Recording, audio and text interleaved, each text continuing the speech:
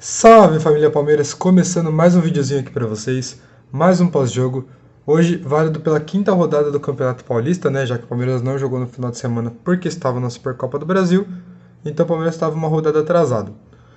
O Palmeiras hoje enfrentou o Mirassol lá em Mirassol às 9h30 e ganhou por 2-0. Mas antes da gente falar do jogo, tem muita coisa pra gente conversar, extra-campo, não só sobre o jogo, mas extra-campo também a gente tem muita coisa para conversar, como a gente já falou no pré-jogo, então quem não assistiu ainda, vai aí no canal, vê os vídeos anteriores que tem o pré-jogo, e pra gente é muito importante que vocês assistam e tal, pra gente ficar ciente dos assuntos que tá acontecendo no Palmeiras nos últimos dias, tá bom? Mas antes da gente começar a falar sobre o jogo e esses fatores extra-campo, eu vou pedir para vocês curtirem o vídeo e já compartilharem, se inscreve no canal aí, ativa o sininho, isso ajuda muito o canal. Então pra gente é uma alegria enorme ter vocês aqui e ajuda muito a gente saber que vocês estão gostando do conteúdo. Então clica no gostei aí, comenta o que vocês gostaram, se vocês querem um conteúdo diferente. A gente está aberto a opções, porque a intenção aqui é sempre trazer o melhor conteúdo para vocês, tá bom? E também lembrando que na descrição tem os links das nossas redes sociais, então se vocês quiserem trocar uma ideia, quiserem acompanhar nossas redes sociais que a gente posta bastante lá diariamente, entra aí na descrição, vai ter o link do Twitter e do Instagram, tá? O Twitter normalmente a gente usa para postar mais notícias e falar durante o jogo com vocês.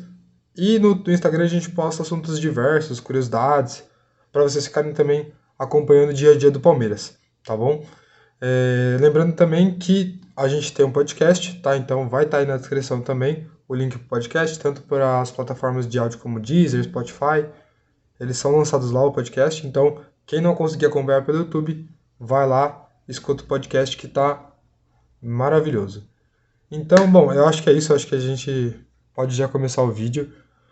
E a primeira coisa que eu tenho que falar é que o jogo de ontem foi sonolento, né? Eu falo porque, assim, eu gostei muito do jogo por ser um time reserva, mas realmente é um time que não tem entrosamento, né? Você percebe claramente que não tem entrosamento. Mas eu não posso nem criticar muito porque o elenco tá com crédito, né? A gente viu ali que entrou duas, três peças que teoricamente são titulares, e mudou totalmente o jogo, né? Depois que entrou o Endrick, o Gabriel Menino e o Giovani, principalmente o Giovani, o jogo mudou de um patamar absurdo, né? No primeiro tempo, o Palmeiras com Flaco Lopes, Navarro e Breno Lopes no ataque não estava tendo muita produtividade, né? Até porque são jogadores que quase nunca jogam junto. Então é realmente a falta de entrosamento às vezes atrapalha um pouco. Quando entra Giovani, Endrick no segundo tempo, Gabriel Menino, o time começa a rodar mais rápido a bola. E aí consegue criar mais jogadas. Então assim, eu acho que o jogo de ontem foi um exemplo claro que o Palmeiras tem condições de usar o reserva em algumas partidas, até porque pode fazer isso, mas que precisa trabalhar mais o entrosamento, né? Porque parecia que ninguém se conhecia. Então eu acho que o Palmeiras tem que trabalhar mais esse elenco que ele usou, então. Né? Não sei se é esse o elenco que o Abel usa de reserva no treino, mas talvez ele tenha que usar mais esse elenco para que o pessoal comece a pegar entrosamento e tal e se conhecer dentro de campo. Mas a gente não pode nem criticar tanto, né? Porque sábado foi um show de bola, né? Um espetáculo que em muito tempo a gente não via, né? Talvez comparado até com o final de Copa do Mundo, a emoção. Então eu acho que é absurdo o quanto o time do Palmeiras, mesmo perdendo Danilo, mesmo perdendo Scarpa, a gente sabe que a gente está reclamando, que a gente reclama de contratação e tem que reclamar mesmo, porque a gente precisa de contratação, mas em nenhum momento o Palmeiras, mesmo sem contratar ninguém, deixou de jogar bola. Né? O Palmeiras é lógico, começo de temporada, às vezes você não começa tão ligado no 100, no 220, né? Porque a gente sabe ali que o Palmeiras empata com o São Bento, depois ganha do Botafogo, empata com o São Paulo, aí vai para o jogo contra o Flamengo, faz um jogo espetacular. Então a gente sabe que, querendo ou não, talvez esses jogos ruins que o Palmeiras fez com o time titular, talvez seja até porque estava já pensando na Supercopa. Né? E agora o time teve tempo para descansar, né? O Abel usou as reservas ontem, então eu acredito que talvez isso já mude, né, na próxima partida quando a gente vê os titulares voltarem completos. Né? Lembrando que hoje de titular, se eu não me engano, o único titular que era do time era o Everton quando começou o jogo. E aí o meio-campo era com Bruno Tabata, Toesta e Jailson. Né? O Abel optou por usar um volante e dois meios do que dois volantes e um meio. Então, eu acho que foi uma estratégia interessante, até porque o Palmeiras precisa de armador. Então, você deixar o Tabata e o Atuesta junto é interessante, porque são dois jogadores promissores que, possivelmente, se o Veiga não puder jogar, vão ser um dos dois que vai entrar. Então, são jogadores que têm que realmente ser testados. O Atuesta até fez um gol ontem, no finalzinho, que foi uma jogada brilhante também, do Giovani. E eu acho que o Giovani tem tudo talvez até para ser titular. Não sei se vocês concordam comigo, o que que vocês acham, mas o Giovani ali, ele entrou, ele mudou a partida. E eu, particularmente, de ponta, eu prefiro o Giovani do que o Rony no time titular. Porque, na minha opinião, o Rony já deu muita alegria. Gol de bike, gols excepcionais que o Rony já fez, até mesmo gols contra o Corinthians. Mas de ponta o Rony não rende. Não sei se vocês concordam comigo, mas de ponta o Rony não rende.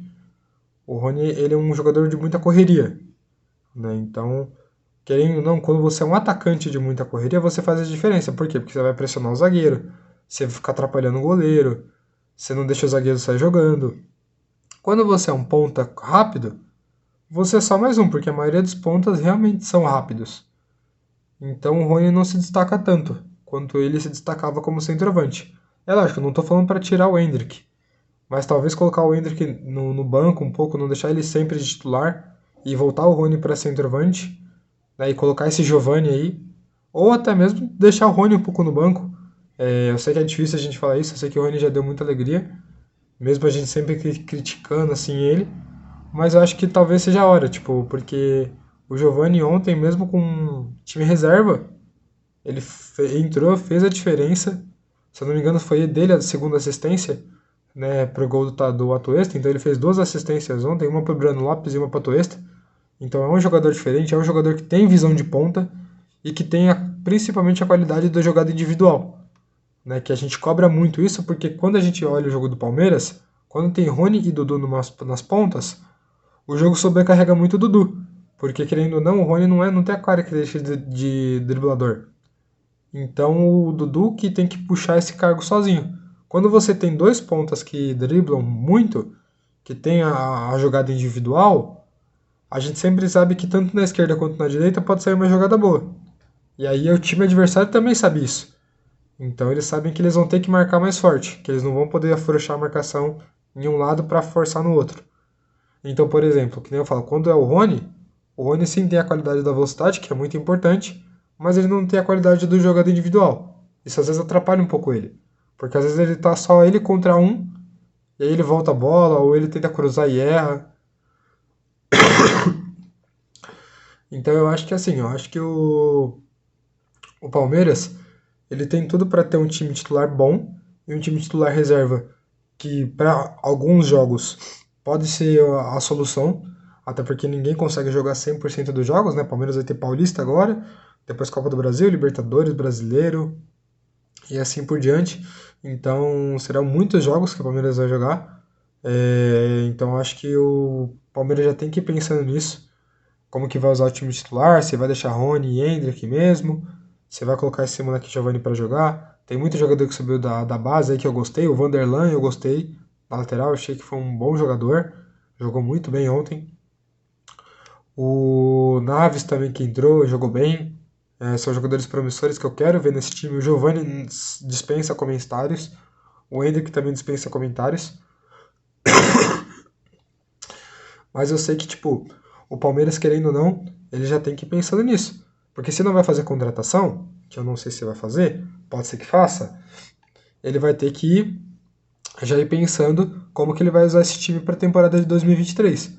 Porque é muito importante você já ter uma base de um time, né? E chegar no final do Paulista e não saber se você vai de Giovani, Endrick, Rony, é meio complicado. Então é bom já o Abel já se adiantar e já começar a colocar o Giovani talvez de titular, se ele pensa em fazer isso, para já ir adequando o garoto a jogos, né? Porque querendo ou não, os jogos do Paulista não se comparam a grandezas de um jogo de Libertadores.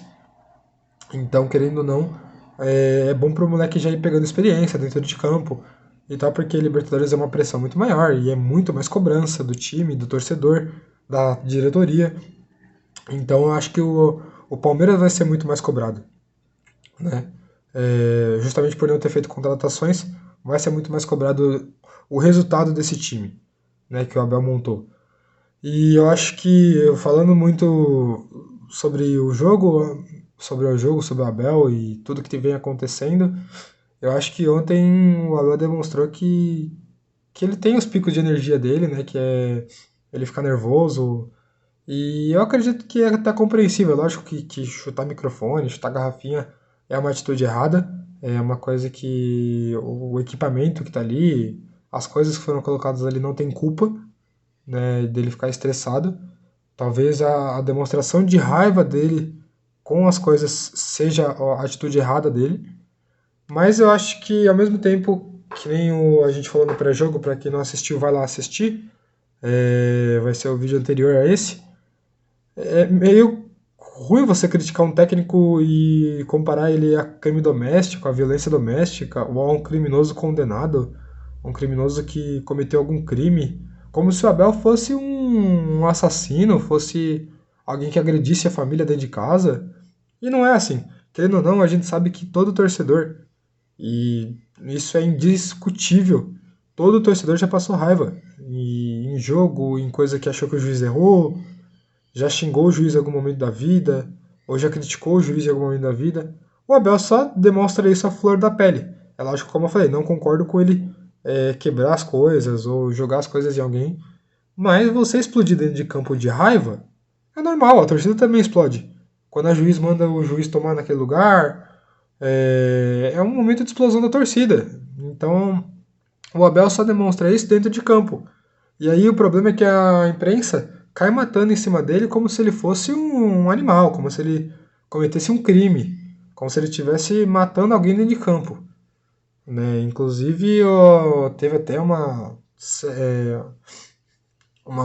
organização aí do Rio de Janeiro que pediu punição pro Abel pelas atitudes do Abel, como se isso nunca fosse visto por outro técnico. Tem muito técnico que faz a mesma coisa e às vezes eu acho que é até perseguição com o Abel. Até por ter que estar ganhando muitas coisas, né? E por coincidência do ser do Rio de Janeiro, a organização que pediu a punição do Abel, né? É muita coincidência. Né? Então eu acho que tem muita coisa envolvida, eu acho que não é só. É a minha opinião, eu acho que o Abel em si incomoda muita gente, né? Então eu acho que o Abel ele tem que manter a cabeça fria e o coração quente nesse momento, porque é o melhor que ele tem para fazer. E deixar para lá essas críticas porque são críticas incompatíveis com o trabalho dele e com a pessoa que ele é, porque ele já demonstrou isso extra-campo, que ele não é uma pessoa agressiva, que ele não é uma pessoa que demonstra isso fora dos gramados. Ele é uma pessoa estressada sim, é uma pessoa que comete erros sim, como qualquer outro ser humano. Então eu acho que nesse momento a torcida tem que apoiar ele, porque a imprensa está caindo matando em cima, torcedores de outros clubes estão caindo matando em cima, organizações do futebol estão caindo matando em cima, sendo que o Abel não fez nada demais. Né? Atitudes erradas sim, porém nada que comprometesse a integridade de outro atleta ou, querendo ou não, a índole do Abel Ferreira. Então eu acho que é isso, gente. Eu acho que vai estar mais resumido no pré-jogo. Para quem quiser saber mais informações sobre toda essa organização, tudo o que aconteceu, a nota oficial do Palmeiras sobre esse acontecimento vai ter no pré-jogo. Então vai lá, dá uma acompanhada, porque tá muito legal o conteúdo. Quem fez esse conteúdo foi o Tafarel e ele detalhou cada fato que aconteceu essa semana. Então eu dei só uma breve resumida para vocês, mas acompanha lá o pré-jogo que vai estar bem resumidinho para vocês entenderem a história, tá bom? Então só queria agradecer para quem acompanhou até aqui. Bora pro próximo jogo com o Santos no sábado. E quem for pro Morumbi, bom jogo. Quem não for, a gente assiste pelo YouTube, que vai estar sendo transmitido através do YouTube com imagens. Então é isso, gente. Agradeço aí ao pessoal que acompanha o canal. Já vou pedindo para vocês curtirem e se inscreverem no canal. Ativa o sininho aí, compartilha o vídeo se você gostou do conteúdo. Se não gostou, também compartilha para ajudar o canal, tá bom? E lembrando que todos os links das nossas redes sociais e do podcast estão aí na descrição. Então se você não consegue ver pelo YouTube, coloca o fone de ouvido, vai andar na rua e põe o podcast aí, que também vai estar lá disponibilizado para vocês. Tá bom? Então é mais uma vitória para o Palmeiras. Palmeiras invicto, né, no campeonato. Líder do campeonato. E é isso, vamos continuar em busca desse título, porque o Palmeiras tem muita coisa aí para percorrer pela frente. Falou!